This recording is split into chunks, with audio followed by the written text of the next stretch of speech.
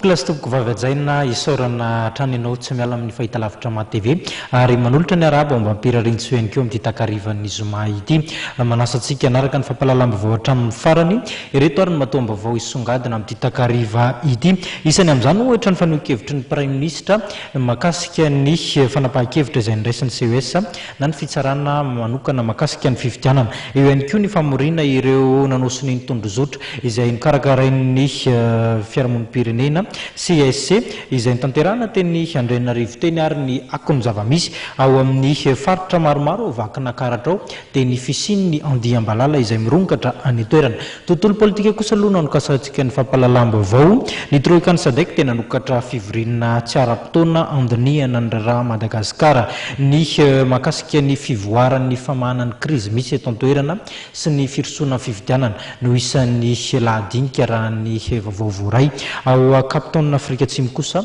no izorany zany rehetra izany. Misy androany ny fivoriana manokana izay karakarain'ny troikany SADC ny kapitaonina ny Afrika Atsimo andiniana ny raharaha Madagasikara. Araka ny fampitam-baovao avy amin'ny biraomsahana amin'ny fifandraisan'ny SADC eto Madagasikara dia ny momba ny fivoaran'ny raharaha eto Madagasikara no resahana ao anatin'ity fivoriana manokana ity.